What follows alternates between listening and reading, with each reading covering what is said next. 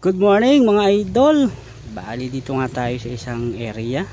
Magpe-pest control tayo ng mga pagong. Kasama natin si Bossing Arm Zero. Pakadaming embutido nagutom sa iyong malaking burrito. Siko mo na nga balat nila king.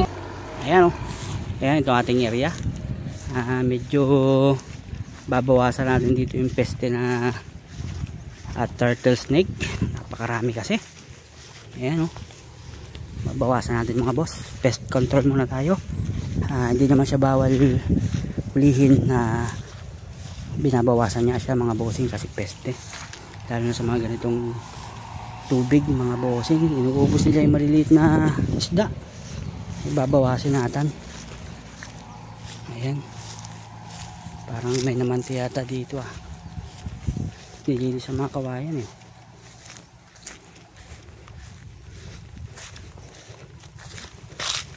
Ayun mga bossing, dito tayo pepesto sa isang puno. Ayan. Ayan.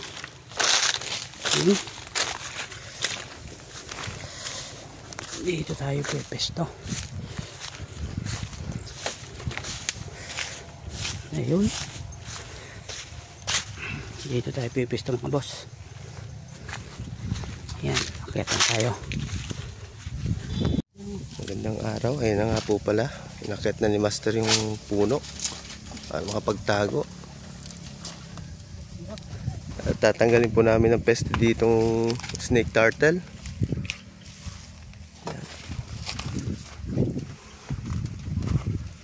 Kumatin yung pagkakapit. Parang payang amo. Ay siya.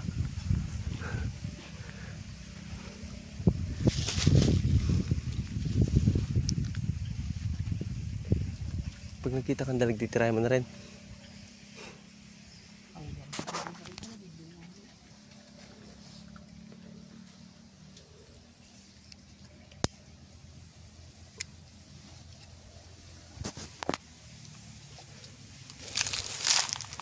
Grabe kong init mga idol.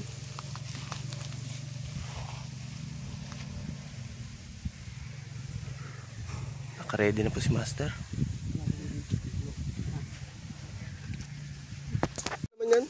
Yan mga boss, kadalawa na tayo. Grabe, nakatakot pala ito. Yan. Katakot mga boss. Yan. Tapang. Wala tayong dalang sako.